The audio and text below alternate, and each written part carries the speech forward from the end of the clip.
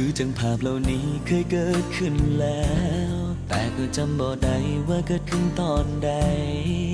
อยู่ในความทรงจำหรือว่าแค่ฝันไป ทั้งที่หัวใจบ่เคยเชื่อเรื่องแบบนี้เลย คนคนหนึ่งที่เพิ่งเคยเจอกัน แต่ว่าภาพเหล่านั้นตามเข้ามาหลอกหลอนให้ใจคิดถึงไม่เคยเป็นมาก่อน ไม่ได้อ้อนวอนเรียกร้องขอเจอใคร สิ่งที่แน่บ่เห็น เคยปิดใจบ่ยอมรับมัน แต่ตอนนี้ทุกอย่างก็แปรผัน จากมือนี้หอดมือนั้นสิบ่ยอมให้ผู้ใดมาทำร้ายต่อจากนี้สิคอยดูแลเจ้าให้ดีๆบ่ให้ผู้ใดเข้ามากำไกลในชีวิตเจ้า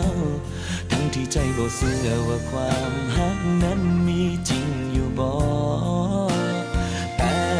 ก่อนน้องชีวิตเจ้าของเป็นยังต้องมาดูแลคนคนหนึ่งที่เฮาบ่เคยรู้จักแต่ฮักไปเบิดทั้งใจ